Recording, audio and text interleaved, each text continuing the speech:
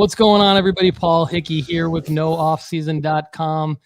I've got the full crew in the house with me today. We've got Lefty McKee, Duke, Denny One-Time Dotson of Graybos, the sports card Dr. Chad Guell, and actually backstage we have a special new team member for nooffseason.com. Her name is Sonia, so she's going to be helping me out with a lot of stuff we've got going on, hopefully making our entire operation here at nooffseason.com and the Sports Card Strategy Show that much stronger for all of you, the audience. So before we jump in today's show, we need to talk about Graybos Sports Cards. They are a local hobby shop owned by Gray Burnett, Ryan Fitz, and Duke Denny One-Time Dotson, who is on the show with us today as a co-host. They are located in the Arts District of Richmond, Virginia. Graybos sports the best selection of raw and graded singles in the Mid-Atlantic and a wide variety of wax. Of course, listeners of the Sports Card Strategy Show, all of you can receive 10% discount on any purchase at graybos.co by entering the code STRATEGY2023. Graybos now breaks on the Drip app 5 nights a week, including baseball, basketball, football, and even wrestling breaks. Might have Denny one time talk to us about all of that coming up here in the show. And if you use the link in their IG bio at Graybos_cards, you can get a $15 credit after your first purchase on Drip. So that's just how Drip works. You have to make a purchase, but Graybos wants to give you that $15 credit. So definitely make sure that you check that out. And again, Graybos Sports Cards, get 10% off at graybos.co. Use the promo code STRATEGY2023. Of course, at the top of every episode, we also remind you that you can get unlimited personalized advice at nooffseason.com to build your sports card investment portfolio. Just get a free 30-day trial to start at nooffseason.com. And then, of course, we're going to talk a little bit more about why you should stay subscribed after your free trial period. A lot about that on today's episode. All right, fellas, before we jump into L of the Week, let's go around the horn to the audience. So Boruski's in the house. Good morning, Mr. Ryan Boruski. Brian Steeler 714. We've got Cleo Cards. That's been a new name that is becoming more and more of a regular in the chat. So welcome to Cleo Cards. Jason Miyasaki. Good to see Jason. Jason is a loyal subscriber to the website at nooffseason.com. Been a subscriber for a couple years now. So we appreciate Jason. Jason's going to get a premium pack, which we're going to talk about more on today's episode. SSI in the house. Southern Soccer My Idiot. brother. Chad Guell is breaking the third wall by being on the show and chatting. Gotta love that. Craig's Cards 11. Buckeye Dill, Leslie Alegria, Shoes' is better half. So yes, 4 dudes. We'll talk about cards today, Leslie. And it's good that you are representing the females in the hobby. So good work. Buenos dias to you as well, Buenos Leslie. dias. Lefty, over to you, man. How are you doing, brother? Good to see you. Oh, man, I'm doing all right. College baseball's in season, man. It's just so fun to watch. Just the super regionals. I mean, it's a blast. Yeah, my son's been watching it like crazy, and it's super fun. So a couple of 2023 draft picks probably for LSU that are. Oh yeah, dude. Those 2 studs at LSU are so fun to watch, and they pitched to him yesterday, and they shouldn't have. And then doesn't LSU have a 2024 is Jack Coglione or something like that? Dude, they just got tons of dudes. They got tons of dudes. Yeah. A couple of 2024 picks too. So I'm sure. So Brian Steeler 714 and all of you Bowman people out there, that's obviously coming in the next several months, I'm sure, from Lefty. And speaking of that, Lefty, tell us real quick. You've got a baseball card strategy show coming up. What do you got planned for that one? When is it? I got it on Thursday, 2 p.m. Eastern.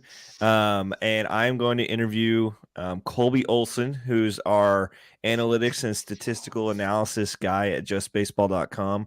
And We're going to run through how do you find diamonds in the rough based on stats. We've covered it just a bit, but it's been a long time since we've covered that at Sports Card Strategy Show. So I'm going to have the computer Colby come in and just dice up some stats and talk about some wins that we've made personally. And that's how we found Indy Rodriguez. So, if we can find more of those dudes coming out of the rough. So that's Colby. Awesome.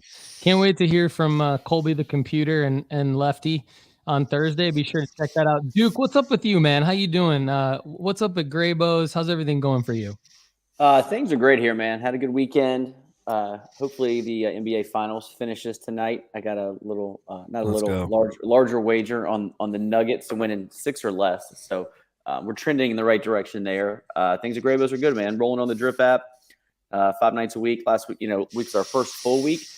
And so obviously with anything new, you're learning and taking your lumps. But so far, so good, and very excited to kind of keep building out the kind of online breaking that we're doing. For sure. We'll talk more about that. Also, I'm going to be there on Saturday. This Saturday. It's already here. It's coming. Awesome. It's coming. Yeah, I'm excited. I'll be there in person. We're going to do some cool stuff. We've got a class planned for some kids to learn about valuing sports cards and, kind of maybe treating it a little bit more like a business, or at least learning more about the business side of it. And just obviously we're going to have a lot of fun on Saturday with some other stuff we'll do in the shop. So if you're around the area, if you're within driving distance at all of Richmond, Virginia, you should check that out. Chad, are you going to drive down from Wisconsin? What's that, like a 12-hour drive probably from where you are? To the National? No, to Graybows this weekend. Oh, the Graybows? Yeah, that would be probably a good 14-hour ride for me. Okay, 14-hour. He didn't say no, though. He didn't say no. He's thinking about it. If anybody would do that, it would probably be the sports card doctor. I'd have to stop in Philadelphia with my sidecar and pick up my boy. Yes. Borusky. Oh, good callback. For sure. That's a good one. All right, Chad, we'll get to you, my man. I'm going to jump into my actually, let's stay with you. Let's stay with you. What's your L of the week, man? My L of the week is, so for the premium members that read the articles, I put a lot of them out there. One of them was my Jordan Walker submission. And my grades finally popped over the weekend.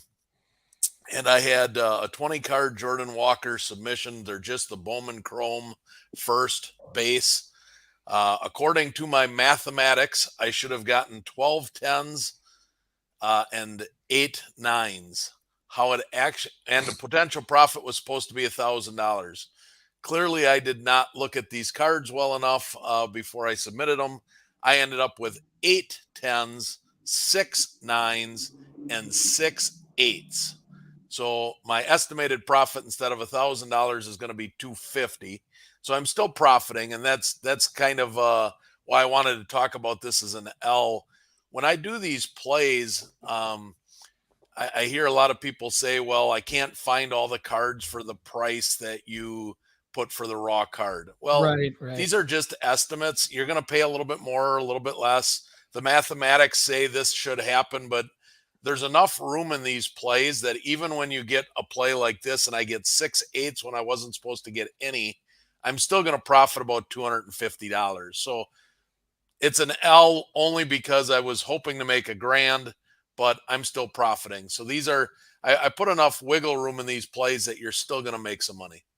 Hey, Lefty, isn't this great, man? Like when you and I started this show, like, did we ever think that an L would be profiting $250? I mean, I'm just listening to Chad and I'm like, his L is that he's only profiting $250. Dude, we would have celebrated all the whole show off of profiting $250. I mean, my wins were like, Lefty, I made like $12.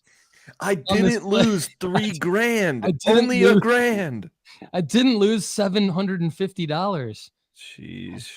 Chad's the man. I love it. That's good stuff though. You're right. I mean, good point in there is that you can't always find the card for the amount that we put in the article, and we probably, and Chad does an amazing job, and we've got some other guys too contributing content. Mike Miller, Ryan Painter, Kendall contributes content. And everybody does a good job of the disclaimers and stuff, I think too, but that probably is a disclaimer. Like I should probably add as the editor of like, hey, it's not always going to be that you can find, these are based on recent comps. It's not going to always be that you find the card for that price, but we've added links in the articles to the eBay searches for the cards that Chad and others are writing about. So we want to try to make it turnkey for you guys to join the website, read the plays, and then just click on the links on the eBay listings to get like the closest listings that we can find. That Chad, Number one.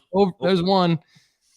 Denny, do you have a bet on over under for Chad's lights yet? Have we done that? We need to start a FanDuel has it at 2.5. Okay. Ooh, Denny that's a one good time line. says, that is a good line. 2.5.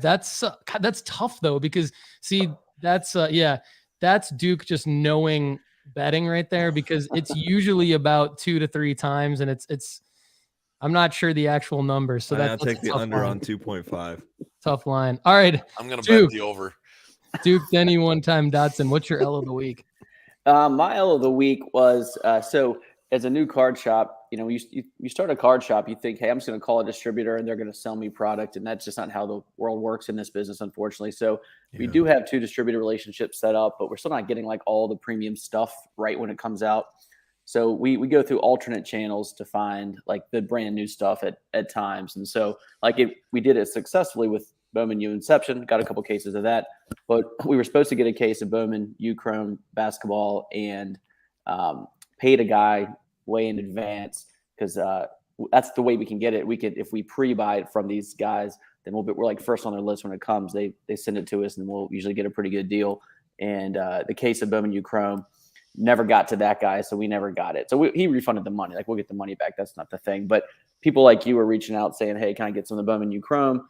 And we didn't get any. And so that time is come and gone. And now everyone wants the next new thing, and they'll probably will forget about that product pretty soon. Yeah, that is tough. It's good perspective to hear from you on that too. Because again, Graybos is in the first year. They opened in February. They're doing a great job. But I mean, as many of you know, it's you have to buy a lot of the wax that the companies want you to buy in order to get the stuff that everybody really wants. And so, but yeah, to Duke's point, it's like, it happens so fast. Like a new product comes out and then it's amazing how quickly people lose interest. So that kind of ties into a lot of our content here on the show, is that we really talk about, it's not always the best play to rip the latest wax or buy the latest wax as a sports card strategy. Sometimes it is, but it can definitely be an L of the week from both a audience perspective and a card shop perspective. So glad to get that from Duke. Lefty, you're up, man. What's your L of the week? Was it profiting $250 or was it something different? No, I mean, it was profiting in some degree, but not $250. So I tried to make a play on this card right here. This L of the week for me was a Saka card. I typically lean away from 9s, and I'm going to talk a little bit about this in the future, but this is an out of 99 silver Prism auto of Saka. I ended up buying it early in February or March, I believe. And I bought it for around $300 raw. And so when I sold it for $295 on eBay. So I'm going to lose about 20 to 30 bucks in what I had into it, because I tried to make a play of Arsenal winning the Premier League and Saka's auto going for more than $300. I had it listed for $500 just in case somebody popped up there for a $400 offer or something like that. I was going to take it. But at this point, I need to move the card. I could hold it and potentially get more than I paid for it next season, or in the international competitions this summer and stuff like that. But I'd rather have a small loss and have that liquid to move before the national or at the national. So I ended up moving myself out of this Saka auto. Now I am pending the payment of the eBay offer, but I did accept it last night. So we will move forward. Sometimes losing a little bit is better than eating crow and riding that all the way down to the bottom. So learned my lesson there a few times. So for sure. So this is a common play that I made over the last 2 years, because grading was pretty much shut down or impossible to get to without paying a ridiculous amount of money at PSA until like a year ago. So basically for the last year, we've tried to come back around to plays like grading more to profit, because they haven't been as risky. Like, again, Chad's point, it's not as risky when you're profiting $250 and that's your L. It's a little bit riskier when you're buying a $300 auto, hoping that it goes up to 400 and you sell it for 295. It's not the end of the world. You can actually keep making plays off of that. So I think what Lefty's doing there is actually really smart. It's like, let's move out of it. Let's get the money back. That's the thing that I like about cards versus betting or fantasy sports. I used to be huge into fantasy sports. And cards is scratching the itch for me in a better way because you still have the asset. You didn't really loot, like you lost the bet, but you actually still get a fresh chance at the bet. So I like what Lefty's doing there. Speaking of fantasy sports, before I get to my card L of the week, I do have a fantasy sports L of the week. And our good friend of the show, Rob Masora in the house from Bob's Card Market. Good to see you, brother. Great friend, the card treasury on eBay. You got to check him out. He's super knowledgeable. He's made great submissions to the Sports Card Strategy Show and Tell on like how he organizes and ships his cards. He uses a software program called Chronosio, which we've become a affiliate partner of. We're going to start promoting that a little bit more because it's really, really nice in terms of organizing and shipping your cards. And so anyway, Rob, my L is an apology to Rob because the awesome fantasy baseball league that he put together, I have just totally pooped my pants and not participated in that at all. So the W is that I found a co-owner and so did Kendall. So Chad is going to be Kendall's co-owner. I kind of wish I would have thought to have Chad be my co-owner. Got him. About that. But I did find a friend of mine from college to be my co-owner, and apparently he's into fantasy baseball. So that should be fun to reconnect with him. So thanks, Rob, for all the hard work you do on that fantasy league. And yeah, appreciate all your support, man. Okay, so don't forget to check out bobscardmarket.com as well. There's a lot of great stuff happening in the Discord. A lot of you are on the Discord, audience members. And if you're not, you should check it out. Okay. Can I mention one more thing about the fantasy league? Yeah. All things aside, both of us had a pretty horrible year, but I did come out on top and beat Paul. That's all that matters. Congratulations. That's awesome. And I do have Elly de la Cruz, I think. You do. I have like all of Kendall's top prospects. Basically, I just went in and just drafted a bunch of minor leaguers. Indy, Manzardo, Morel, Encarnacio Strand, Dela Cruz. CES Jack is coming Leiter. up soon, I think. CES is probably, Jack Leiter. CES is coming up soon. That is definitely. And he's starting to hit, right? Dude, he's a baller. Yeah. This Reds team is going to be so fun to watch. Yeah. So that's for Thursday. So my fantasy team should be okay now that I got my co-owner. And if my co-owner sucks, I'm going to get Duke. I'm going to recruit Duke to be my next co-owner. Danny one time. FanDuel has Chad as a heavy favorite over me. I'm just saying. Okay. All right. Well, then I'll take that. That's good. I'm taking Duke then if Chad's the favorite. I'm going for the underdog. All right. My L of the week. Speaking of some underdogs. So last week I went through some L's and some W's from my March crack and grade, and I bought a lot of SGC, CSG, and HGA. And going back to last week, a lot of them were revolving around SGC. So this week it's more revolving around CSG and HGA. And I'll probably recap this on the Overflow show like all at once. Once I get through all of these, I'll probably recap them all at once, have like a total profit or loss type of a thing. As we talked about on last week's show, I took way more risks than Chad takes and that Chad advises. And I was literally like texting Chad as I was buying cards, and he was like, whoa, like settle down. Don't buy that one. Here's why. I was like, too late. Already bought that, So it's just a learning process. But like some of these, so these are the L's. This Magic CSG 8 got a PSA 5. So I lost $70.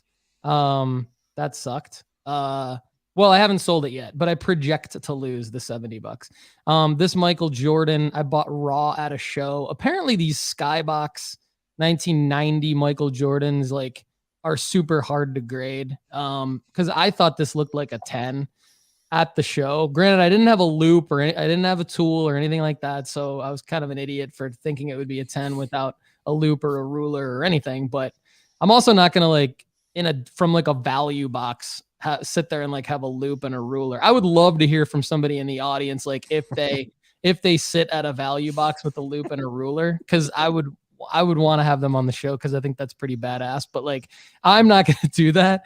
So no shame there. They're just diving in. It looks be slightly off-centered. Yeah, slightly off-centered. You're right. So but it's an 8. So anyway, I think I'm going to lose $11. Not the end of the world. But nobody. Is there a dimple in the orange line about a centimeter to the right of his ear? You can see that. That's amazing. We're looking at a photo that is minimized on a graphic, and Kendall can see a dimple.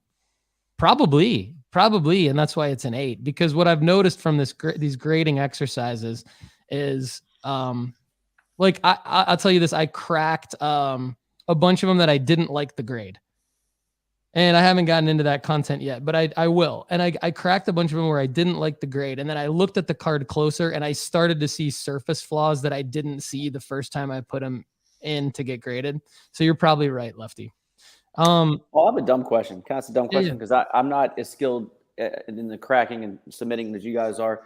Can you not send it to PSA and say only crack it if it's this grade or higher? Well, yes. Sorry, you could take this, Chad. Go ahead. No, the answer that's a crossover grade where you send it in the actual holder. What we're talking about is where we physically crack them ourselves and send them in as raw cards. But why would you not do the former? Why would you do the latter? Because of the prejudice that you might have of the other grading company. Yeah. Well, in this case, the prejudice would have helped because it was an 8, right? But not necessarily. It's also more expensive. Not necessarily with the CSG thing. Yeah. I've had much better success. I've actually had cards where I send them in to have them crossed over, and I'm like, there's absolutely no way that should not have gotten higher, cracked it and sent it back and gotten higher grades.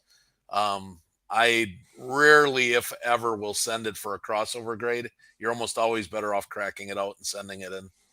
Gotcha. And I crack them and put them in bulk submissions. So instead of $60 or something for a crossover grade, it's $14 or $15. Okay, the price is way different. Gotcha. Yeah, and I'm glad you asked, Duke, because we sometimes talk about something on a show and then think that everybody heard it and knows about it, and we don't hammer the point home enough. But that's a great point. So there's a bunch of different options when you're submitting the PSA. A lot of times people will think, okay, I just want PSA to crack it for me because it's going to be safer. I don't want to deal with it myself, blah, blah, blah. All that makes sense. But I've had the same experience Chad's had. Whenever I've done that, it hasn't necessarily worked in my favor. When I've cracked them myself and sent them into PSA, you pay less. So to Lefty's point, you can put them in bulk submissions and get them in at $19 a card versus when you send it in the slab from the other grading company, I think you have to pay $50 per card. So there's that, which obviously is huge. Time. And then you've got the ability to look at the card yourself raw, right? Yeah. So you can look at the card yourself raw, and then you can determine, do I even want to send it in? Ideally you should do that before you crack it out of the slab, because then you can it's easier to just resell an SGC 9 if you don't like the way it looks when it comes to you. I'm going to start doing that. I think that's actually one of the points I want to make from this whole exercise is that some things I'm going to do differently based on these L's is I'm going to, when I get the slab in the SGC or the CSG or HGA or whatever, if I don't think it's going to get the grade that I thought it was going to when I bought it online at PSA, I'm just probably going to sell it as is instead of going through the effort to crack it and submit the PSA. I'm going to be more selective. And then even if I do think it's going to get the grade, I'm going to still inspect it way better than I've been inspecting it and try to see if I can improve my own personal gem rate, because I haven't done anything. I've basically just always, I bought this to do this thing. I'm going to follow through with what I originally intended. That's kind of been my mentality. But I think with this specific exercise, like you're shooting yourself in the foot if you do that. I think you have to have like a checks and balances along the way. Chad, would you agree with that? Like you got to maybe just say, well, I thought this one was going to be a PSA 10 or a PSA 9, but now that I see it, I think I'm going to do something different with it. Half of the cards I buy online to do this, I resell as is, because when I look at them, they're not what I thought they were. Yeah, and to clarify that, Chad doesn't crack and then sell raw because he doesn't believe in that. I would say what you're saying is if you buy a CSG 8 and you thought it was going to get a PSA 9, but then when you get it, you're like, ooh, this could be lower than a PSA 8 or whatever. You're saying you just sell it as the CSG 8, right? Yeah, if you're on my eBay store and you see me selling a card that is not PSA graded, it is because I bought it to cross it over and it does not look like it will. So I am selling it as is in the grade and the company that I purchased it at. Tell everybody your eBay store name again so they can check out what you have. Well, I don't know how to you always have that link to figure out how to get there, but it's my user is UK_cats_1. My actual eBay store name is Chalk, CHALX cards. So I tested that, and you can just it's ebay.com/USR/ either of the two things that you just said, basically. Yeah, Chalks is the initials of myself and my 4 kids. If you're CHALK. Yeah, CHALX. X is for Xavier. Xavier, yeah, he's been on the show and tell. He's a frequent submitter to the show and tell with Chad. So this is a good one though. So W of the week. Anthony Edwards Prism Silver 2020. This is a big one. So bought HGA 9.5 Prism Silver for $323 in March, cracked it, submitted it to PSA at $19. PSA 10 goes for $550. Not going to sell it until the basketball hype cycle season, probably in October. Should be a $227 profit. I could gamble. I could parlay this, Duke, and see if maybe I get a little bit more than that. We'll see. But anyway, that's my W of the week. So speaking of Duke, over to you. What's your W of the week, man? So my W was last time I talked to you guys, I'd sold 2 of my 3 indie cards. Sold the third one, so we did well on all 3 indie cards. But then last month, you guys were hyping up Elly. Bought 3 big Ellys, like a 1 to 250 and 2 to 499 autos, PSA 10s, and sold all 3 successfully. Woulda, coulda, shoulda. You always kick yourself because the third one I sold on the Friday before he got called up. And obviously his prices jumped even further when he got called up. But we, very happy to make a profit in all 3. And the third one we sold is to a lifelong Reds fan, local guy, came in the shop, and you could tell it's like a big purchase for him. And he was so excited about it. And then we've been like messaging on Instagram every time he gets a base hit or hit his first home run. This kid's really excited. So I was happy that he has a card that he is just in love with. And so big shout out to Lefty. I mean, Lefty is going to put my kids through college. So thank you, Lefty. Lefty and the Denver Nuggets might. It sounds like. let me put it to you this way though. Like we're suggesting these things, and Duke goes out and buys 3 cards that have significant investment in them. Those cards that he bought from Elly De La Cruz, I don't know how much they cost, but I know how much an Elly De La Cruz auto costs. So he had to spend a lot to get a lot. And that is not a lot of what people assume. They assume that we do every single time we take it from $5 to, $1,000 or something like that. That's just unrealistic and pretty rare. We did that a couple times with some of the plays we've made over the past couple of years. But for the most part, we're spending money to win money here. And so, Duke, I want to take a time to gas you up a little bit, saying you trusted us enough to like put your irons in the fire and made a win, but you had to risk it. So I commend you for that. Yeah. And the thing I like about Duke too is he will go out and buy the cards that people want. I think, I'm not trying to rag on hobby shops, but some of the hobby shops I've been to around the country, just on my family trips and stuff, kind of ducking in, seem to just sort of have whatever they happen to have pulled, it's like whatever they happen to have pulled, they have in their showcases. It's obvious to me that that's what they're doing, because they're not always like the most desirable cards that we're talking about or that you can get online. But like for Duke to have a card like that in the shop, I mean, it clearly tells me that he's going out and getting the cards in the shop and at graybos.co. that people want, which is, that's going to be, I think that's, even though it's like, it's tough to start a new hobby shop and it's tough to start any new business, get it off the ground, but that they're going to win in the long term for sure, just based on having the selection of cards that people actually want. So good work. Chad, you might be profiting off of, like Lefty said, like buying a card for $5 and flipping it for $200 all the time. What's your win of the week? My win of the week is another one of my plays. I did my Elly de la Cruz play. I wished I would have gotten him back to before he got called up.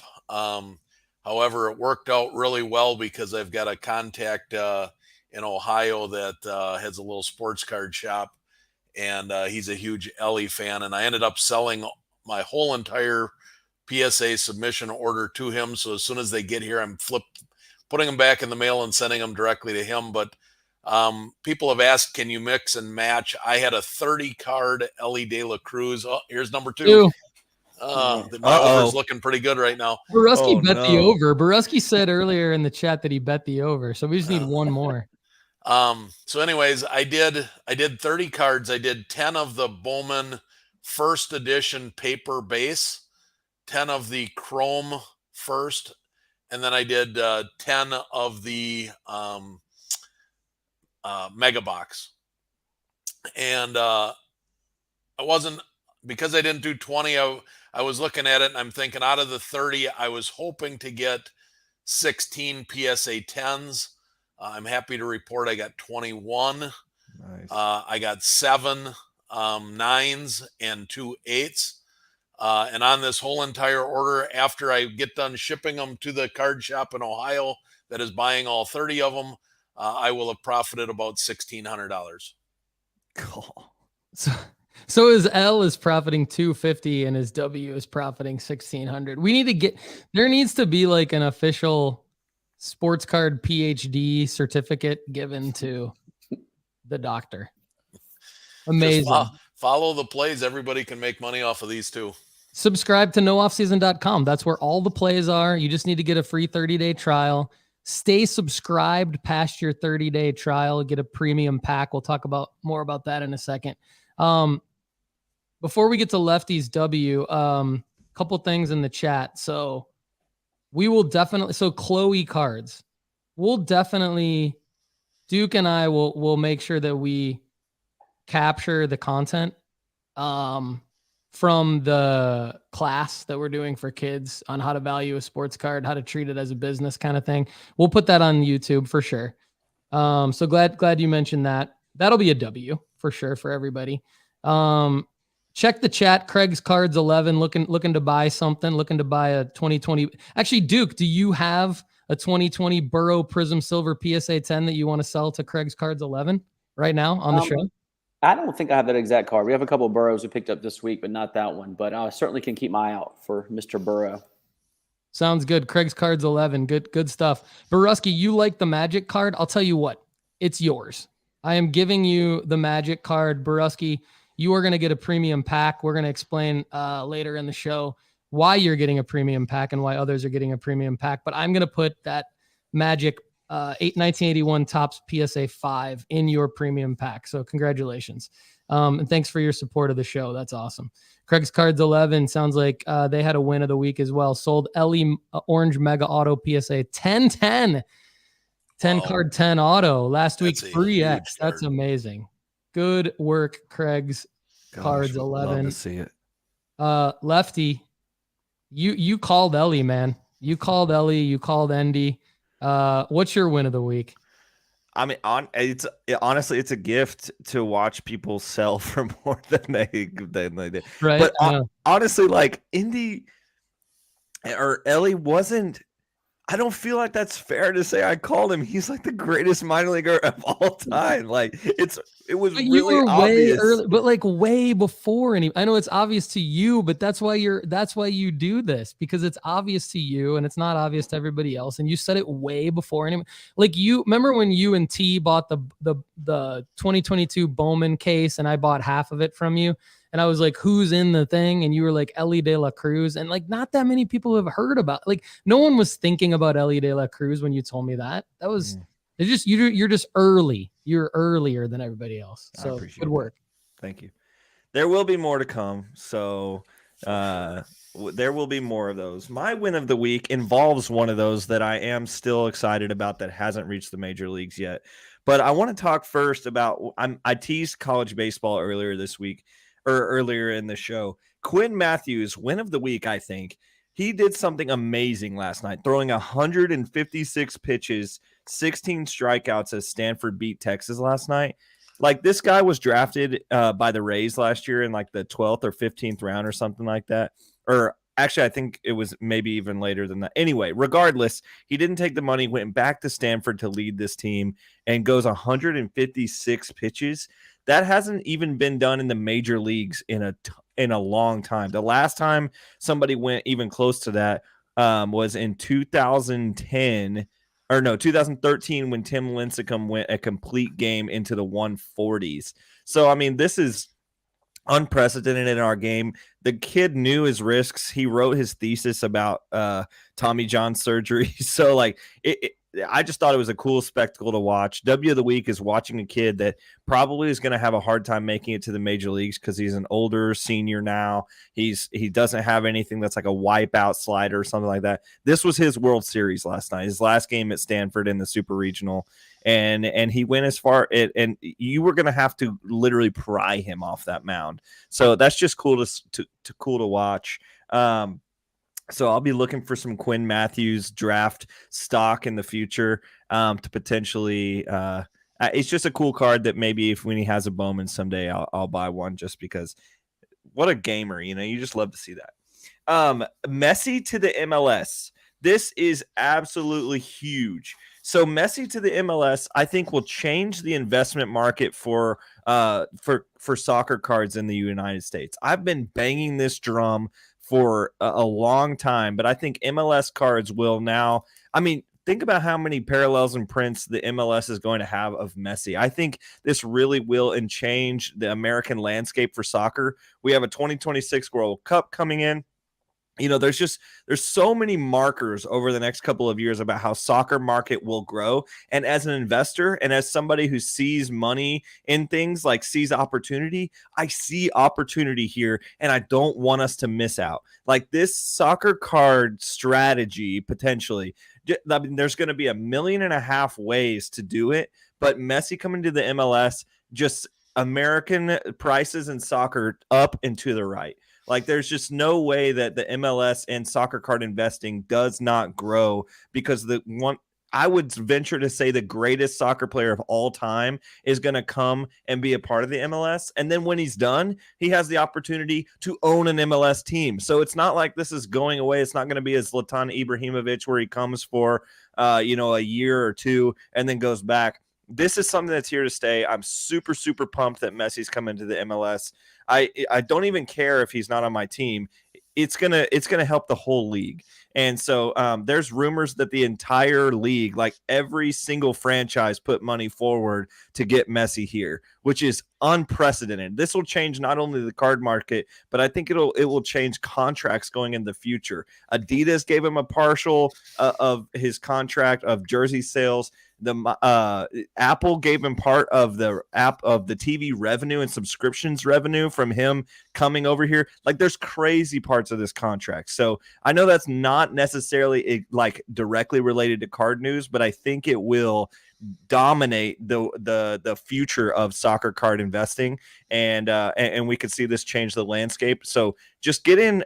I think you can make a play now by buying some vintage MLS cards so that when people start getting into it, they look into saying like, oh, I'd rather have this car. Oh, what about this guy? Like, and some stuff like that. So I think there's an opportunity here in a lot of different ways to make some money off of American soccer. So yeah, I mean, go ahead. I think we probably all want to comment on this. I'm going to go first. And to the last point you just made, in like February 2021, everyone was buying, like when everything was blowing up, everyone was started to buy like Kevin Garnett, Dwayne Wade, like great Hall of Fame NBA, like Allen Iverson, but not but the more ancillary guys like Charles Barkley, Karl Malone. I mean, it's weird to call them like fringe guys because they're all amazing, but they're not Jordan, Kobe, and LeBron, And so people started to prospect, if you will, for lack of a better term, the Shaqs of the world. Like, will Shaq's cards go up because all these other cards? So I think that's a good parallel to what you're saying in terms of going out and buying maybe some vintage MLS stuff based on the Messi coming. The other thing I just want to add is like, when you think of Messi being in an MLS set, it definitely changes the game related to buying MLS cards in the future with him being in there. And lastly, like my son was like, man, like we're going to be able to see him play in Nashville. I was like, holy crap. Like that's, like that's pretty cool. And that's a game changer. Chad, I saw you kind of nodding your head with what Lefty was saying about some of the Messi stuff. What do you think? Yeah, I'm going to keep this a little bit more simple. Lefty's digging deep for you, which is awesome. Buy Messi cards, period. Messi is going to blow up in the United States. He's going to blow up anything that we thought we knew about soccer. It's going to the moon. And when that happens and Americans start looking at cards, there'll be some fallout to the men's national team and some MLS, vintage, but nothing is going to profit better than the actual Messi cards themselves. So if you want the safest, easiest, profitable way to get into soccer, just buy Messi.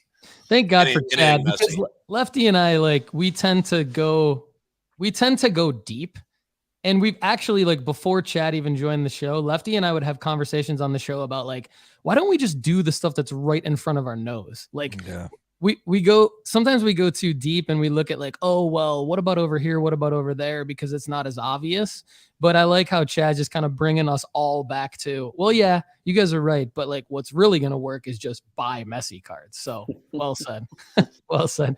Duke, do you have anything to add? What's your take on the Messi to Miami? Well, I don't pretend to be a soccer expert. Like I follow baseball, basketball, football way more. But if just watching trends of people coming in the shop, if I had to bet on two sports now, if I was buying like an entire sport as a stock as opposed to individual players, I would buy football, American football, and then soccer football. Just based on what kids are saying when they come in the shop. Do you have Joe Burrow? Do you have Joe Burrow? Like they all love football, and then we have way more soccer fans here than I ever thought, and way more soccer card buyers than I would have thought. When we opened our shop, we didn't even have a soccer section, and now we do. And things like this will make it even more mainstream. So I defer to you guys on the soccer because I don't follow it as much.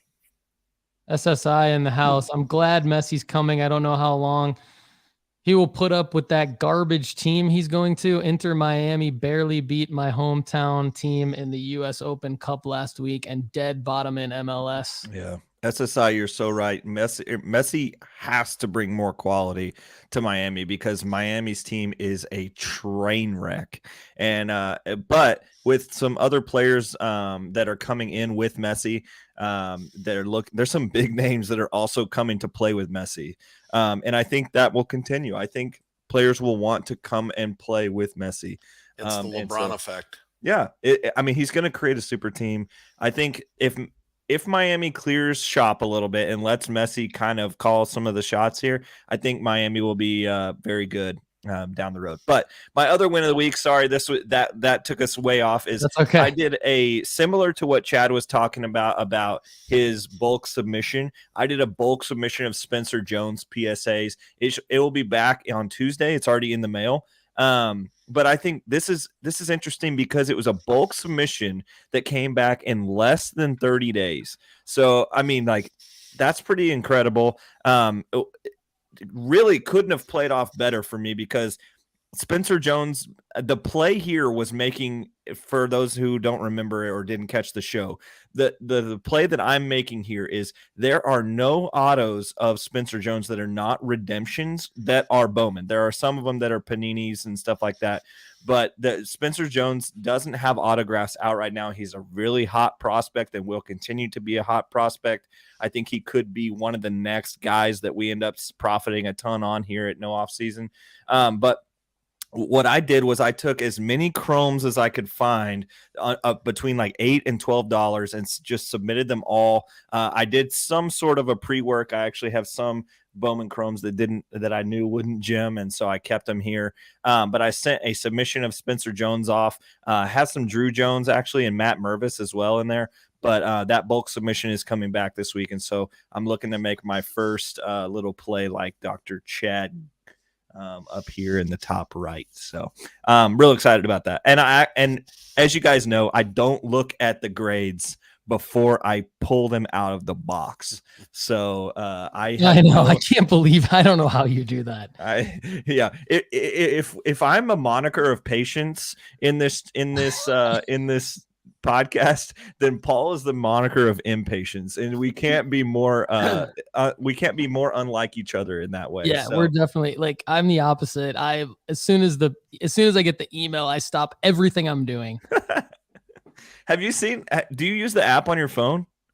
It's like the web app, or is there an actual? No, there's an app. Yeah. No, I haven't used the app. So the app, like once it says like yours have been completed and it clears QA2, it gives you like this pretty cool like Instagram story of all of your cards now. It looks super cool. I love it. Like I'm like, wow, this is great. I'm never gonna use it, but it looks great. So. Oh, I'm gonna use it.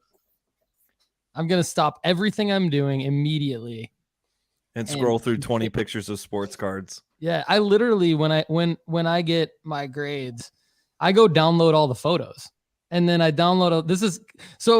This is another difference between Lefty and I, and then we'll get back on track. So like, I consider myself pretty darn organized. So what I do is when I get my grades, I not only look at the grades, but I download all of the photos and I name the photos what my title on eBay is going to be for the listing. And then I put them in a folder as to when, and the folder is like June, July, August, like the month when I'm going to list the cards for sale. That's awesome. Then when it's that month, I go into that folder, and now all I have to do is copy the title name of the photo, paste it in as the eBay title, and I've got the photos right there. So I don't even have to take any photos of my cards. Boom, there you go. So I'm a little bit, not only am I impatient, but I'm awesome. Hyper organized. Can I'll save you a step there. Okay. Yeah. There we go. Let's go, Chad. I'm going to save you a step. I do the exact same thing, only I take the photos and I create my eBay listing, and then I just save it as a draft. Oh, yes. I love that. That way I don't have to because I used to do like you did. And then I'm like, why do I have this folder? It's just clogging things up. So now I just go right to eBay. I save it as a draft, and then I can go in there and just click live anytime I want. I love that because now I don't even have to look at the folder on my computer. Mm-hmm. That's brilliant. I'm going to start doing that. Takes a little bit of extra time up front, but I think it's ultimately a huge time saver because you're just, for sure. They're already loaded into eBay by the time the cards hit your house. It's awesome. Absolutely. All right. Real quick before we get to who we're buying, Leslie Alegria in the house. Shoes is also known as Mrs. Shoes, although I think Shoes should be Mr. Alegria from now on. Let's go. Especially with the Women's World Cup going up. Dude, give some ladies some love. Exactly. And Shoes is in the house, by the way. So Shoes is... All right, back to Leslie. When is the next soccer card strategy show? Sorry, Shoes, we love you. When is the next soccer card strategy show? So Sonia's back in the studio. Sonia's gonna work with Lefty on stuff like this to make sure that Lefty stays on top of his game and books the next soccer card strategy show. So Kendall probably doesn't know off the top of his head, but definitely going to be this summer because with the Women's World Cup coming up, that's something I want to talk about a lot. We're going to talk about the Women's World Cup. We're going to talk about the Men's Gold Cup. There's a huge transaction I don't even have time to get into about the American soccer signing or committing a striker was committing to the United States men's national team. And we'll talk about that in the show. So, but last thing I want to point out, Paul and I are wearing the exact same thing today. How's that feel? Does it feel like cardboard? Yeah, it's not great, but it's better than the first one. L of the week is I just bought kind of the uncomfortable shirts, but then I did buy better shirts that no one else has yet, but they'll get some at Graybo's this weekend, and they'll get some at the National. More comfortable shirts coming your way soon. Lefty, I appreciate your support. Even though the shirts kind of feel like cardboard, you're still wearing it. That makes me feel good. And the hat looks great on you. I'm really, really glad you're Duke got the memo that the cool guys wear blue polos, so Duke and I also are repping each other. Yeah, I got a Graybo shirt from Duke, which is awesome. The only reason I don't wear it is because I'm like the world's tiniest human being. So I swim in anything that's not like an extra small, which is like really sad. I will say I was shocked at how small you were when I met you in person. Very small person. So Duke, when he comes in, you'll be like, Is this one of our newest kids for the kids show? Yeah, like, I'm sorry. That was way low blow. No, the kids are gonna be like, "Why is this kid with a hairy face like teaching the class?" Like, you got to keep a beard. If you shave, they're gonna be so confused. Very true. Especially if I wear a hat, because then you can't see my gray hair. So like it's the beard and the gray hair. This man worked in the WNBA and he's out here like one of their kids. WNBA. I have an NBA championship ring, 2 WNBA championship rings. Let's go. All right. Shortest varsity basketball player in the history of Rochester Adams High School. Let's go, baby. Team captain my senior year. All right. I'll tell you, people were not buying my card back then, but Lefty, let's keep it on you. This is just the order of how I have the slides on the show. Who are you buying? Well, Colby, Paul doesn't even let me like get all the way up to it. He's just like, "Who are you buying? Here's your pictures." Yep. So this is 2 cards that I made plays on this week. This is a guy that Chad released an article on earlier this week, or he was in the article that we released earlier this week. Guys, people are always asking me, where's my next buy? Where's my next prospect? This is the guy I'm looking at to being one of the next guys that pops pretty well. I'm always nervous about buying Detroit Tigers, but Colt Keith has got some incredible numbers, some incredible projectables. And I just to show you kind of what I was talking about here, I shared these pictures with Aram Layton, owner of justbaseball.com. And I just shared them with him. I was like, "What do you think?" And he said, "Great investment." So that's enough for me to be excited about it. But Colt Keith, Colt Keith is his name, not Keith Colt. And so it's interesting that this is another card. This is another like O'Neal Cruz. Yeah, another card that they got backwards, which is pretty funny. I'm just going to start investing in cards that they get wrong, because that's clearly what ends up being in the market. So actually, to that point, when you list these, put the name both ways in the listing. Yeah, that's what I did with O'Neal Cruz as well. Yep. What else? Paul, I know that you were gone when I popped it, but I got a PSA 10 O'Neal Cruz back in one of my bulk submissions. Sweet. Congratulations. But yeah, I'm buying Colt Keith. I also am interested in looking kind of like I ask myself every week when we prepare these, go where they ain't. That's something that we talk about a lot. And so I'm like, okay, I try not to get too crazy with it because, like Paul was talking about earlier, we have been susceptible to getting too crazy with it in the past. And then Chad's like, guys, just buy Messi cards. Yeah. And so, but I think if I'm looking at this, I would love to buy LeBron cards right now. He had a pretty horrific exit, like it was just bad. And I think over the next couple of months, I'm interested in buying into LeBron. I think LeBron's cards will go up and down as well, not only with his couple of future years or months, but I also think that his price will rise with Bronny doing well as well. Good point. Good point. So I think like Bronny being in the media will also vault LeBron's cards. And I saw this potential thing out there that it's weird, but LeBron could potentially retire and stay retired for a year. The NBA just did a rule change where an active player can own a team. Why would they do that? Why would they do that unless LeBron was fixing to buy Vegas? Yeah, that's a good point. Like what other active player is going to buy a team? They just made a legit rule change to make that a possibility. So I didn't see that. That's a good call. So I think that is that's a unique thing. I think LeBron could potentially retire, spend a whole year getting his body right, and then come back with Vegas, pick Bronny with his first pick. I'm just saying, I think it could happen faster than we think it does. So, love the storyline. I also would be interested in buying Tiger Woods right now. He's still the GOAT, and his price is pretty bad because of all his injuries. And I like Tiger Woods. I'm interested in looking at that. I'm not saying I'm buying him right now, but he's a guy I'm looking at. And then Shea Gilgeous-Alexander as well. So SGA. All right, this is a good time to go to Chad. Chad, what do you think about all of what Lefty said, and who are you buying? I love what Lefty's thinking. That's why we bounce stuff off of each other. I think Lefty's everything he's buying, I can endorse.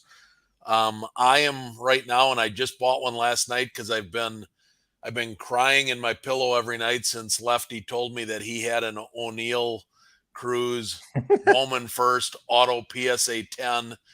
I hope my son does not watch this episode, but he's been asking me for one for his birthday and Christmas for 2 years. I bought one last night. Let's I go. said when they get below 300, I'm buying one.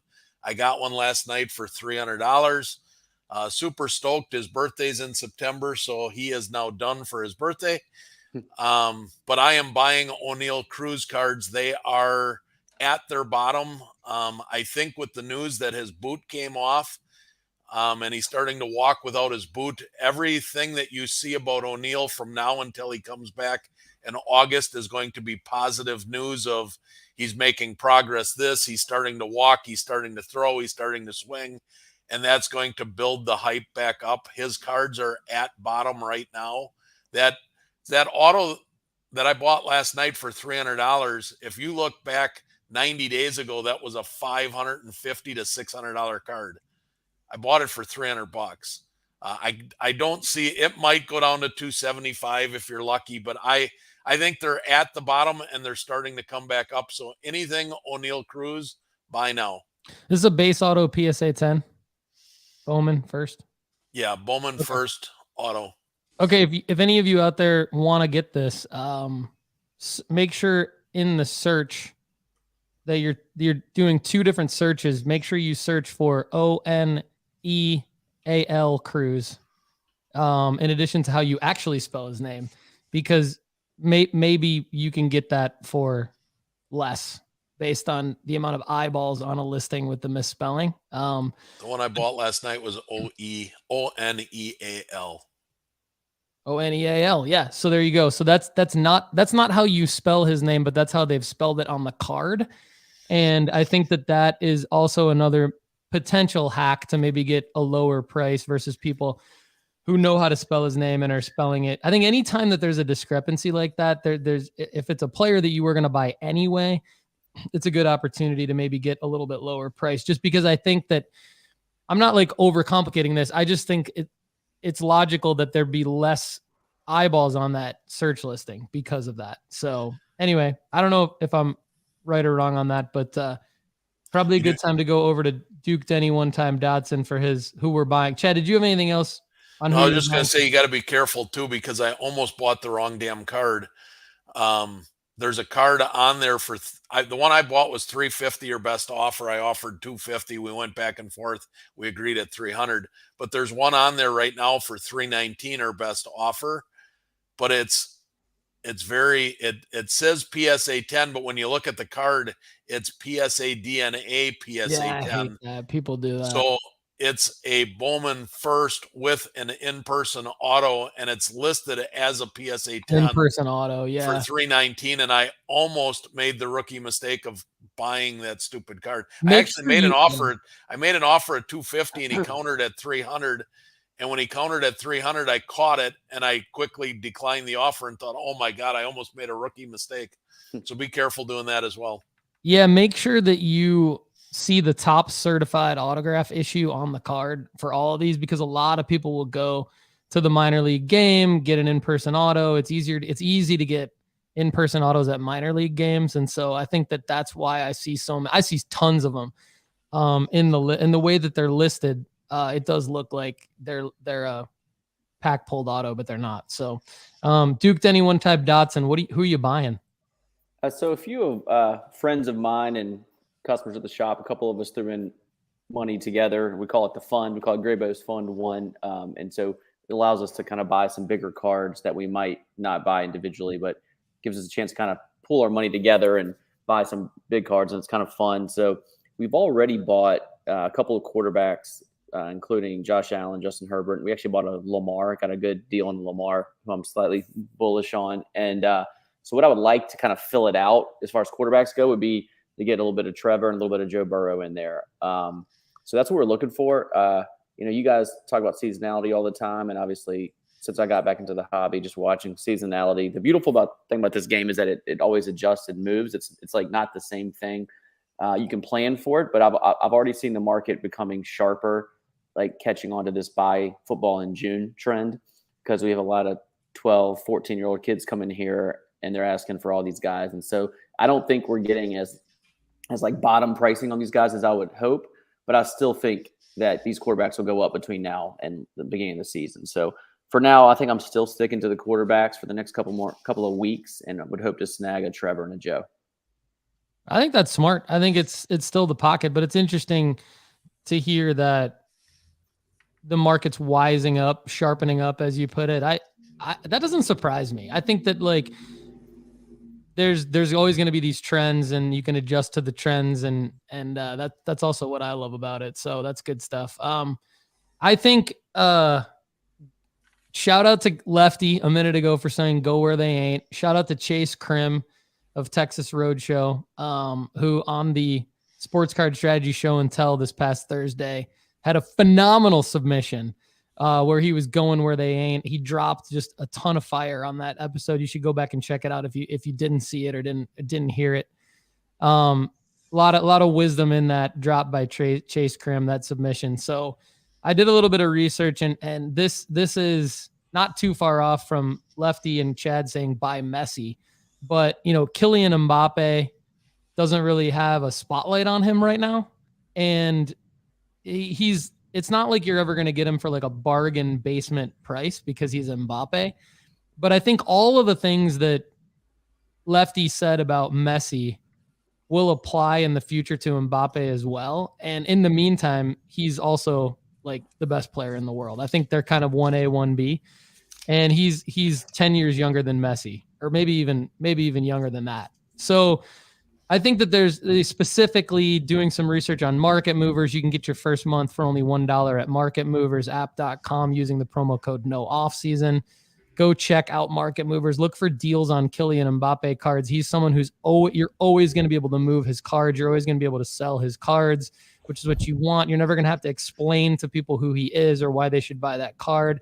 He will be a guy that during certain cycles through the next 8 years at least, people will be looking to buy his cards. And so holding his cards is never going to be a bad thing. I think now is a good time to buy him. There's not a whole lot of attention on him. Even his 2020 Prism World Cup silver from this past year, raw, is a pretty good deal right now. You can make an offer on those cards, get them for cheaper, get them graded if they look good. PSA 9 is going to give you a break even, Chad Guell style. And then you've got like even his 2017, probably one of his most recognizable cards right now is down 16%. His 2017 Topps Chrome UEFA Champions League number 41 base PSA 10. It's got a pop of under 1,200. So, being at a low right now over the last 14 days, not a bad thing to go out and get some Mbappe. We've got a lot to get to the rest of the show. Big announcement coming up, and then audience Q&A. So I'm going to move real quick into who we're selling. I'm still not selling anybody. I've got my folders on my desk, my desktop rather, and they're telling me who to sell in what months. The first month I'm really going to start selling is going to be August. I'm going to sell football. October I'm going to sell basketball. December I'm going to buy again. In the meantime, I am selling cards like my Michael Jordan PSA graded cards. I've got like probably won't sell the Joe Montana until August, but I've got some Jordans and some other, vintage cards that have been cracked and then graded by PSA that I will be selling in the meantime, just to kind of supplement some of the stuff that I want to do, some of the stuff that I want to buy. But anybody selling anything? Lefty, you selling anybody? Yeah, I teased this earlier in the episode, but I am selling all of my PSA 9s. So here's why I say that. I think as the hobby gets more, like, just gets bigger, and that there will be more submissions in the future, I think a 9 will be less and less valuable as we go on. And so we've talked about this a lot, but my strategy is to flip up, kind of like I'm like somewhere in the middle between Paul and Chad. I like to flip up so that I can have a long-term hold in a card that I could potentially sell my portfolio someday and like buy a house or something like that. So what I'm trying to do is buy cards that I can hold for a long time. And so if I want to hold a card for a long time, I think the future of how many cards will be graded in pop counts, PSA 10s are going to be some of the only cards, unless they're really high or really low serial numbered cards. I think PSA 10s is all I want. So I did a whole thing this week where I put like 15 PSA 9s that I have on eBay, even though it's not necessarily the right time to sell them all. And so strategically, as I look towards the future, in what I want to have in my portfolio, I'm just getting rid of 9s altogether. So there's a very slim case that I'll keep anything other than a PSA 10, unless it's a card I've had for a long time, like my show and tell. This week I have a PSA 3 of a Tom Brady card that I love, but it's my Tom Brady card from when I was a kid. So, but I also am selling. I got a yellow sapphire PSA 10. Tamar Johnson yellow, and I showed from a previous win of the week, and that's at auction right now with a couple of days left. So there's just some cards that I'm selling, but none of my big cards. Allowing you to move in to do some other things. I like that. Duke, we know you're selling a lot of cards literally in the shop and online, but is there anybody in the context of who you think the audience should be getting rid of right now that you want to throw out there? Yeah, so 3 of these probably sound obvious, and then I got one that I'm going to throw back as a question to you guys. But obviously on the basketball side, I think the window is probably closed on Jimmy Butler. So if you haven't sold him already, I think they're going to lose tonight and it's going to be over. But even if they do, I don't think the public believes they're going to win, and so I think his value has peaked probably. But if you've been holding on to any Joker or Jamal Murray, I think get it. I don't know what you're waiting for. Get it up there now and get it sold now, because I think they're going to win tonight or 2 days from now, and it's going to be over. Obviously, Elly. Baseball players like that are in the white hot light, if you haven't sold Elly yet. And then, so I had this guy on my list, and then Chad just said the opposite earlier in the show. So I was just wanting to throw, so I had Messi on here as a sell to capture like the current moment, but also I do get the long-term. So can both things be right? Can we sell him today because people are talking about him? But also, if you want to hold him long-term, if you're going to sell him now, when's the right time to buy him back? Or is it just too late? So, and I'm not the soccer guy, so I would love to hear somebody's opinion on that. Chad? I would buy some Messis from you. Okay, deal. My opinion is that, yes, if you have Messi and you're looking to get out of Messi, now is a good time because there is hype around the MLS. However, if you're looking at getting into Messi, I think you make a perfect partner for the guy that wants to get rid of him, because I think the time right now is to buy Messi because next to MLS, I can't see Messi not exploding in the United States market here moving forward. So yes, Duke, and I think both are correct. You can. Yeah, I agree, Chad. I think it's a great question. It's all contextual, and this is why it's hard. This is like I think we're trying to do a better job of this in our premium content at nooffseason.com to basically add the context around, like, if you've been holding Messi and you bought Messi a while ago, waiting for a moment, and your goal is to profit, now is a great time to sell him because of all the things that Duke and Chad just said. But if your goal is maybe more like what Lefty's talking about, like, I would fall into the category of selling Messi right now, right? Because I'm impatient and I bought the cards to profit anyway. And I'm like, oh, Messi news, list them for sale. But if Lefty's trying to hold cards to put everything together and buy a house one day, which is awesome. By the way, that's sweet. Then that'll be awesome content, by the way. Yeah, let's down the road when I buy a house. Yeah, how I bought a house, how I bought a house with sports cards. How I paid off my house in cash in 1 year. That is the most clickbaity YouTube video that I've ever heard of. Yeah. Anyway, I think everybody gets my point. So I think Duke's right on the money. It's also both depending on the context. So, Chad, I don't think we've got to who you're selling. Who are you selling right now? No, I'll do it quick because I think we're going to run out of time today, and I'm going to have to leave early before we get to everything. But Duke hit one. There's two people in baseball right now that their cards are up 300+% in the last 90 days. One is Elly de la Cruz.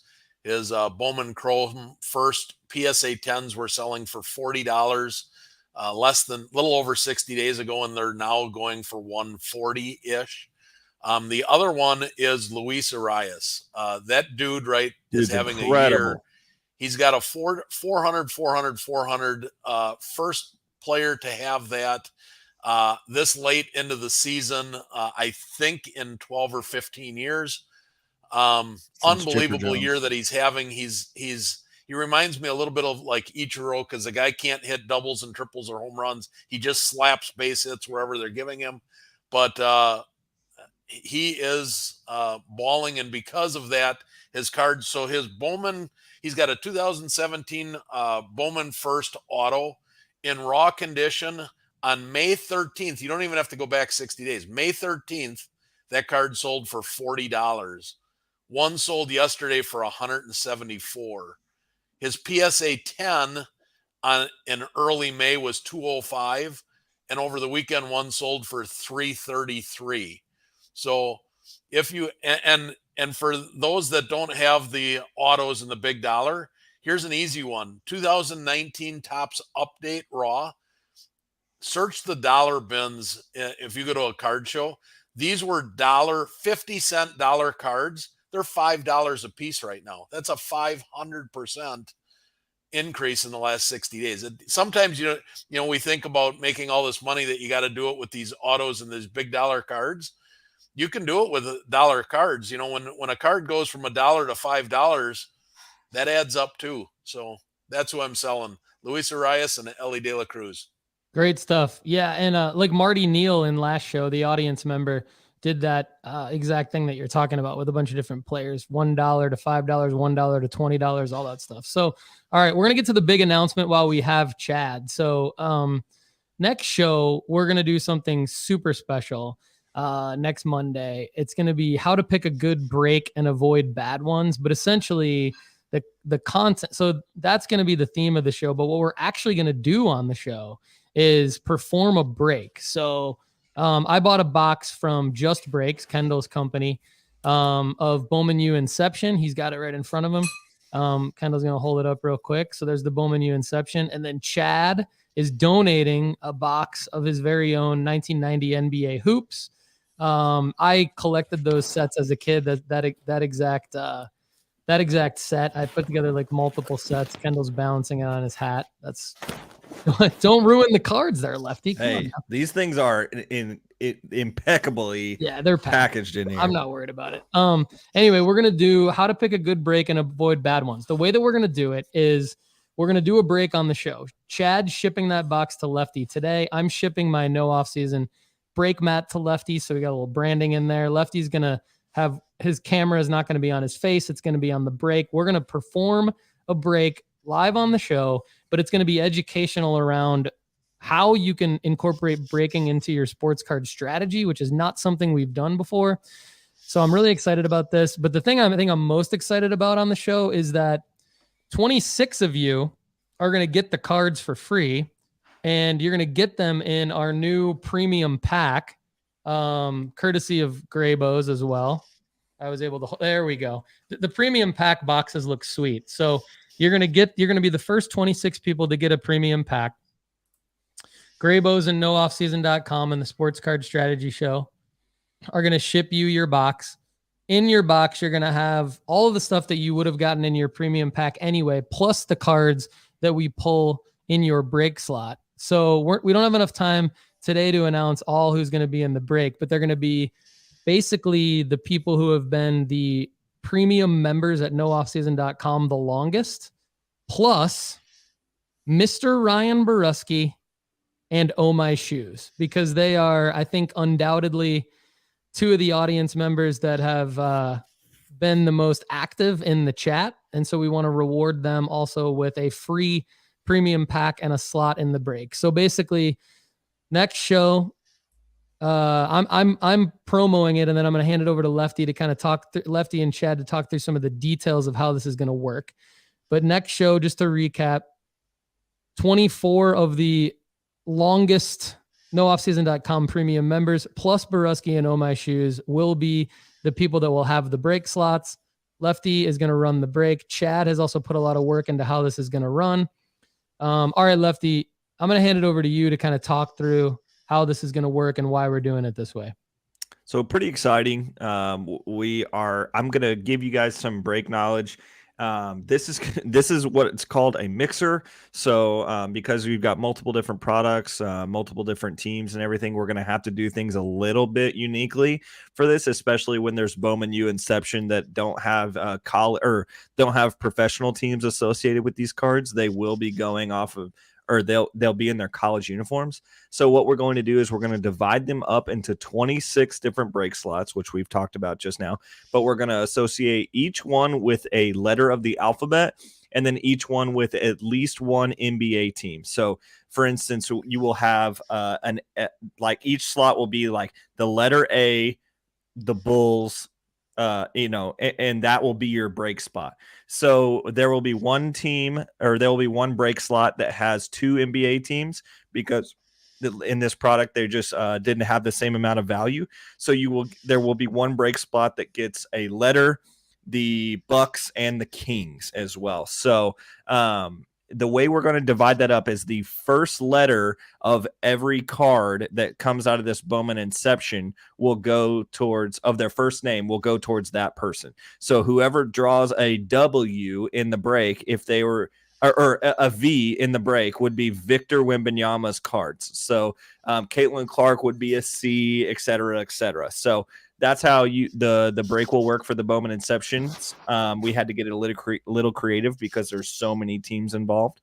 But other than that, all the other cards from these boxes will be shipped to you based on which team that you have, or which letter that you have in the Bowman Inception break. Absolutely. Great overview there, Lefty. Chad, anything you want to add while we still have you? No, just that I want to clarify where Paul said it's the people that have been with the show the longest. It's probably true, but if you want to get into, we might do this again in the future, but if you want to get in on it, it's for the people that have renewed their free listings. We have 24 of them that have renewed or upped and paid for something other than their free listing to continue with the show, which this is a way for us to say thank you to them, and then Shoes and Borusky. So if I don't understand Shoes and Borusky, what are you waiting for? Get signed back up, man. Yeah, I feel like Shoes signed up, and he's in the stage of it hasn't auto renewed yet. Oh, gotcha. And I don't know, maybe Borusky's in there too, but yeah, getting called out by the doctor, guys. Come on now. But anyway, yeah, Chad's right. We're rewarding the people that have renewed, and then a couple loyal audience members. And just a reminder, so hopefully this isn't confusing to follow, but anybody we give away a free trial. Some of you are in a year free trial. People have reached out to me and paid me via PayPal because they believe that they should have to pay for it. So I really appreciate those donations. But then there's other people that are in the free 30-day trial period. If and when you do auto renew and pay for the subscription, you also will get a premium pack from nooffseason.com, Sports Card Strategy Show, and Graybows.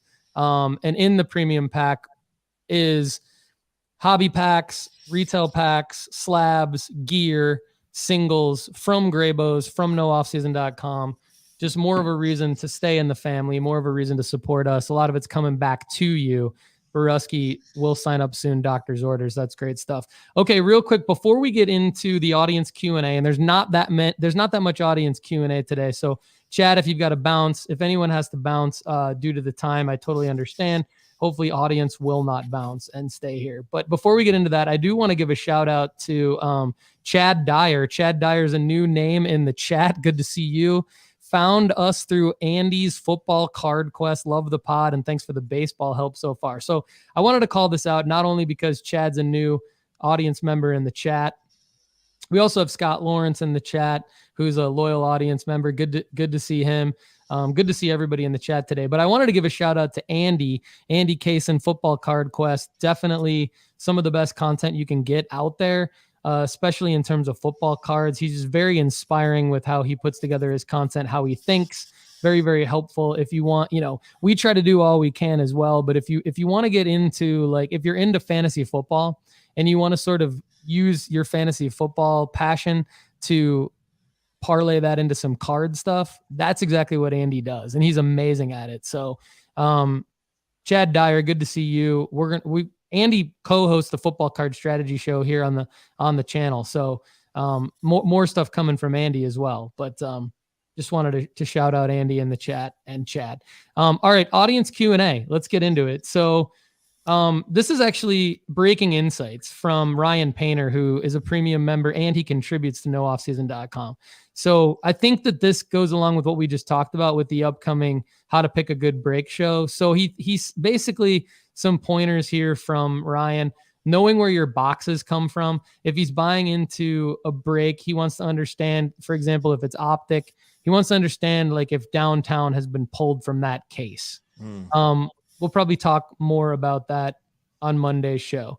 He also wants to understand, he also wants us to understand that the bigger the break, the better the deal. So while not all breakers are the same, they do share one common principle. They're looking to make a profit.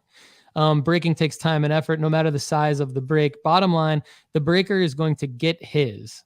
So we'll allow Lefty a chance to comment on this. If you're in a break that only has $200 worth of product, the breaker will have to mark that up to get his. He's not going to do that all that work for a $20 profit. So if you're paying a lot more for a series of small breaks, than you are in one large break. The large break is a more economical way to approach breaking.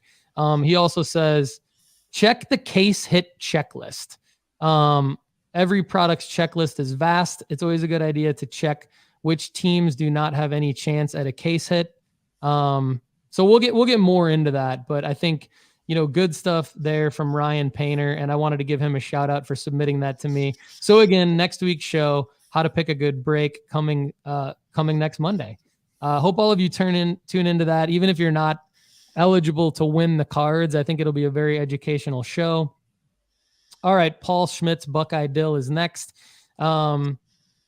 So we talked last week on breaking up cards into different groups, potentially by era, when submitting bulk to PSA. I mentioned I just basically never thought of that and put everything all in one order and maybe have kind of screwed the pooch. Chad said, yes, you have screwed the pooch.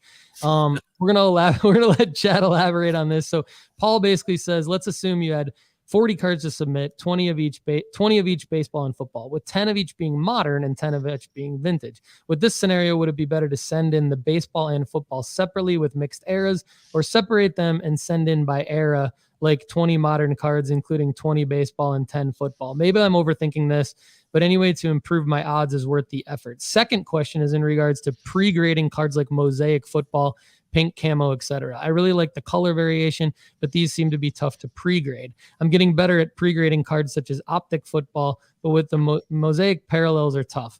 I'm wondering if anyone from our group of collectors has experience in what to look for on Mosaic cards. Chad, while we still have you, why don't you answer both of these for us?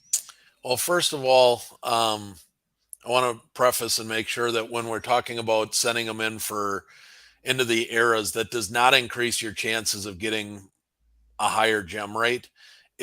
I'm talking completely, totally about speed. When you can submit cards in a bulk of a similar era, it allows the grader to grade them much faster. my example would be my Jordan Walker sub that I just sent in. That from the it's due back to me today. I submitted that. I mailed it out from my mailbox on May 15th.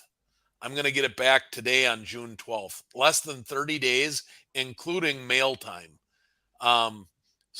It's easy for a grader to do that because all the cards are the same, right?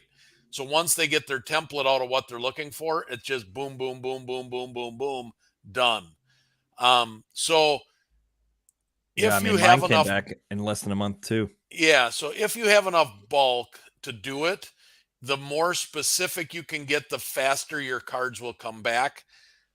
So does it make a difference? Yes, it does, but it doesn't have to be. So if you had to pick and choose because you're not sending in 100 or whatever cards and you're breaking them up into 20 card subsets, it's more important to do it by era than it is by sport. So if you have 20 cards that are 2020 to 2022, or even the 2022, 2023 for the $15 special, but they're baseball, basketball, and football or hockey or what have you, long as they're in that range, they'll come back pretty quickly. If you can separate them even out further to do by sport, they'll come back even quicker yet.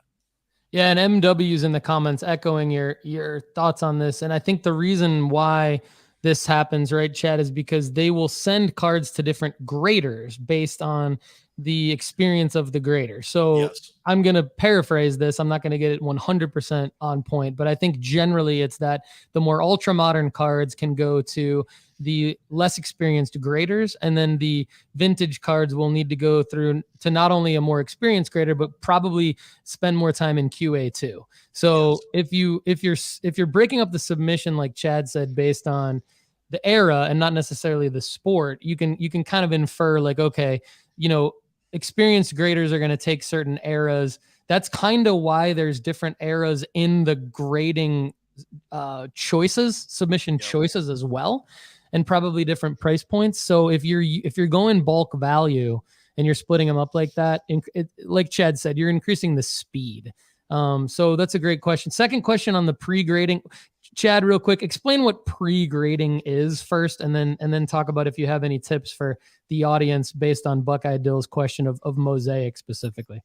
Well, pre-grading is taking a loop or a magnification of some sort and giving it a numerical number based on what you see. 10 times magnification is what they use when they grade a card.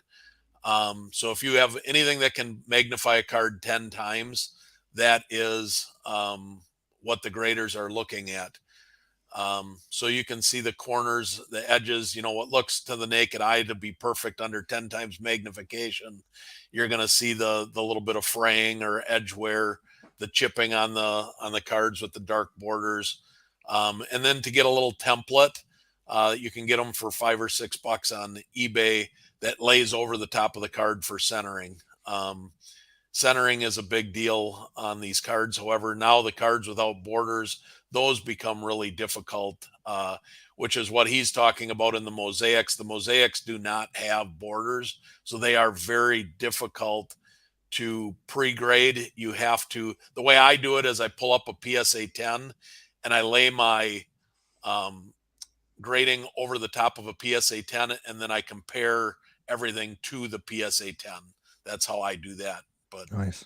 Hope that helps. Chad, if you and Lefty could text me or email me the link, the links off of eBay to buy the loop and the ruler or the centering tool. I'll put them on the website. I'll put them at nooffseason.com. You guys could then click to buy them off of eBay. I need to do that as well. Upcoming question. I gotta run. I wanted to stay on for Buckeye Deal because we had emailed that. So yeah, I do have to run. Thanks everybody. Have a great week. Looking forward to the next show. Bye, thanks, Chad. Keep up the good work, man. Chad's killing it on the show and on the website. So check out more of his work at nooffseason.com. Okay. So next question also is in line with one of the the questions that we have in the chat from Lone Star Cards. So I'm going to, for the sake of time, kind of combine everything. And I do want to give a quick shout out to Ryan Painter. So Borusky says Ryan Painter's Sky Moore play is awesome at nooffseason.com. Great detail and analysis. So Ryan Painter's Pocket is the $20 play of the day. He's got a few of them up there at nooffseason.com. He's doing a great job. Shout out Ryan Painter. Go check out his stuff at nooffseason.com. I agree. The Sky Moore play is awesome, as are his other $20 plays of the day. Kind of Andy Kaysen-esque, actually. Pretty darn good. Yeah, Chad got called into surgery. The doctor got called into surgery. Okay. Chad go crack some slabs. Chad has got to crack some slabs, which we will be doing for free at the National, booth 3216. Longtime listener on Spotify, Chad Power. Good to see you finally able to make it to the show live. Amazing content and appreciate the content week in and week out. We love you, Chad Power. Glad you made it. Submit some questions, Paul at nooffseason.com. All right. This is from Joseph Falcone. He is a premium member, just like Buckeye Dill. Again, premium members at nooffseason.com will get their questions answered on the show 100% of the time. If you are a premium member, is now the time to be selling my Elly De La Cruz PSA 10s since he's been called up and doing well? If so, should I be keeping a few or get rid of them all? We kind of answered this earlier on the show. I know my answer, but Lefty, what do you think? I would keep a few. Depends on how many you have. If you have some, definitely at least keep one. If you have more than 5, keep one. There you go. And then sell the rest, because look at the chart. I mean, this is why we do what we do. So if you've been holding them, we've been talking about Elly for a long time, for over a year. I think over a year we've been talking about Elly. Yeah. So like this is the moment. Like the moment is the call up. We also say this every time. Like the moment is the call up. So yes. Sell your Elly De La Cruz. I do think he loses in the Rookie of the Year race, and that's what some people are waiting for, is will he be a Rookie of the Year? I do think he loses that race to Corbin Carroll. So, and even if he wins it, like your point last year, Jeremy Pena, like you sold the Jeremy Pena cards and the J-Rod cards when they got the initial call up, and you sold them for more than you would have sold them for if you would have held them to the other markers, right? Yep. Okay, so actually, before I answer this, so the question in the comments, want to give Lone Star Cards TX, is it still wise to buy raw firsts of James Wood? I believe this is Spencer Jones, Jackson Curio, and Evan Carter, and grade them? Yes. Yes. All right, moving on to the next question. Wood is going to be electric. He's my next Elly De La Cruz guy. So like there 6, you go. 7. Denny one time. There you go. Denny one time. Go buy some James Wood. Okay, cool.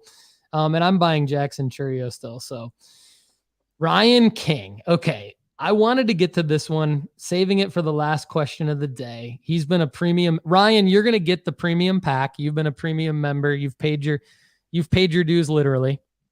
What happened to clicking on the players and getting the scoop on each? So he's talking about at nooffseason.com, the player profiles. What happened to them? The links just bring you to their cards on eBay now. What happened? And then he's also followed up with, where's the buy, sell, hold? Okay, great questions. Lot going on here. I'll let Lefty elaborate before we wrap up the show and give Duke and Lefty a chance to say their parting shots. But okay, I'll try to keep this as brief as possible. I've already replied to Ryan in an email, but I wanted to say this to the entire audience. When you launch a product, you have to make adjustments based on what's the best way to provide value to the entire audience. And when you're doing premium content, you have to evaluate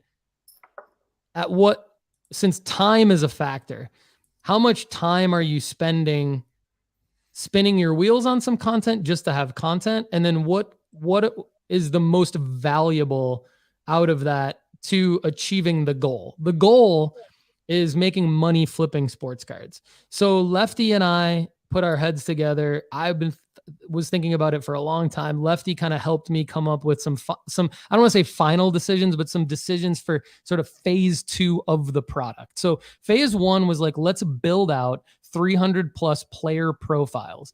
In the midst of doing that, let's give everybody a reward, a risk, an opportunity, a buy, sell, hold, the cards to buy, and then the play. What we realized though is that sort of goes against our main premise, which is like narrowing your focus. Like we think you should have a narrow focus when you're buying at any given time. We don't think that like in a week or a month period, you should buy just everything. We think that like at least in a week or in a month or in a quarter, you should be very narrowly focused on what you're buying, so that then you'll have a selling cycle that will complement that narrow focused buying cycle to where you can profit. Because if I go out and buy all the quarterbacks in June, I'm not going to make a profit. I'm not going to make as much of a profit in August when I sell all of them, because there will be, in theory, just as many losses as there are wins. So this sort of overall investing strategy, combined with the fact that we need to spend our time wisely putting out content, led us to the fact that, and feedback from the members. Feedback from the members basically said, we want more of the play. Like, we don't care about all the other fluff. We just want the play, right? So we took that and basically said, and people like the rankings. So let's have rankings for the premium members, and then let's just have the play for the premium members. And so the articles essentially that we've been ripping through, there's a ton of new articles there's more relevant premium content on the website in the last 6 weeks than there was in the previous year and a half before that, because we've focused on how to make money buying and flipping sports cards. In the meantime, we've had to pare down the profiles, the rankings, and the buy, sell, hold, which is what Ryan King is asking about. We are going to build back the other stuff that was there. It's just going to be more strategic than what it was, where before it was like, this format, we need to have this format for every single player. Lefty and I were like, not necessarily the most valuable. What did I miss, Lefty? What do you think on that? I mean, it's just allowing us to put more time into things that are going to directly make you money. That we were spending just a ton of time getting all these updates replicated all the time. It's hard to keep up with 300 plus profiles when there's two of us, yeah. And we just didn't think it was valuable to say, for example, you can go get information on the status of Jamal Murray anywhere, but what we want to give you about Jamal Murray is how to make money buying his cards. So that's why we eliminated the reward, the risk. We kind of already know that. Everybody kind of already knows that stuff. Not everybody, but what we want to be at. I think the other part, Lefty, I'm cutting you off, is there's so many people doing so many things in the hobby. Our niche in the hobby is to help you make money flipping sports cards. You're going to get a lot of enjoyment and entertainment about a lot of the other collecting and breaking and buying and selling singles and not making money and going to card shops and card shows. You're going to get all of that through our content. But what we're really focused on with the premium product is going to be that helping put you in a position to profit from it. So I cut you off, Lefty. Duke, I'm going to hand it over to you because we got a long show today. You've hung in here with us. You've done a great job as always. I don't know if you have anything to add on any of these last points that I've made, or if you just want to give your parting shot. But what do you think of the show today, and what do you want to say to the audience? Always excited to be here with you guys. I love y'all's podcast as a fan, as a customer, and always exciting to be on it. I got 4 quick points, and as I'm signing off here. Number 1, very excited about this weekend. Mr. Hickey coming to Richmond. Got a lot of fun stuff. Class for the kids, live show from Richmond, and just cool to have you here. Number 2, I think if you didn't think that Dr. Chad Guell was already a cyborg because of his encyclopedic knowledge of all things sports cards, the fact that his motion detector doesn't detect him moving means he's a cyborg. He's sitting perfectly still. And then he has to, the robot has to say, move arm, so that the light comes back on. Number 3, Drip. So we're streaming 5 nights a week on Drip. Come see us on the Drip app. And then finally, Paul and I, it's a little teaser. We're in early discussions on at the National, maybe that Thursday night, some kind of meetup, possibly a trading night, working through the details. So all sports card strategy folks, stay tuned for that, because Graybos is very likely to sponsor something fun.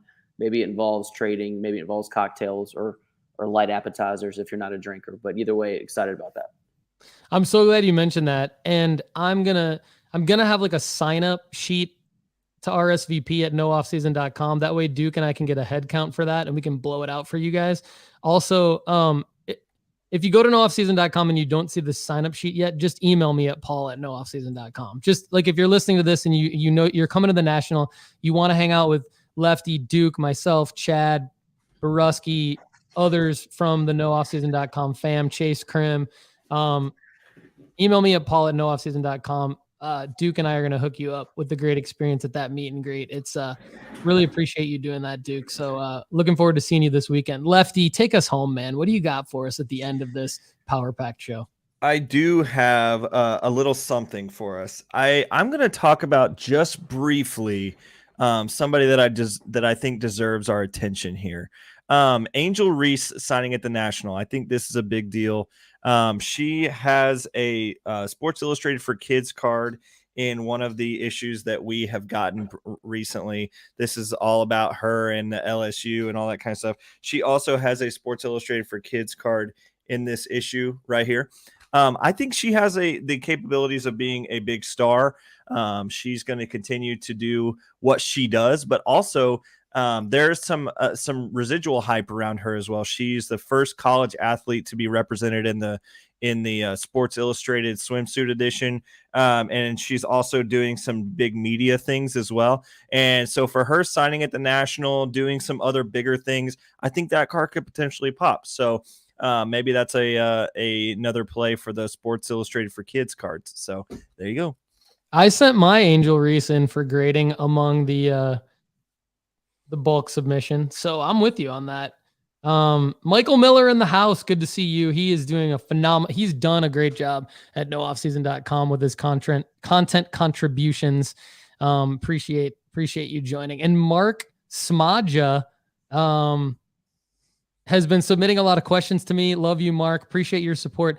This is the dude right here that sent me the donation because Mark said he believes that the free year trial period is way too long and it's unfair to our team and the work that we put in so that people could get it for a year for free. And Mark sent me $100 on PayPal. Great guy. Appreciate you, Mark. You're the man. Glad you could catch a live stream of the show. We'll do whatever we can to help you out, Mark, and the rest of the audience. Everybody, thanks so much for watching and listening. Sonia backstage in the studio. Hopefully this wasn't too painful for you, your first show, but looking forward to have you being part of the team to help improve the overall experience. For Chad, for Kendall, for Duke Denny one time, I'm Paul Hickey with nooffseason.com. Thanks so much for watching and listening. Have a great day. Here's the rock music. See you soon. Woo! Don't forget to get your Sports Grading Strategies show and tell submissions into me. Paul@nooffseason.com.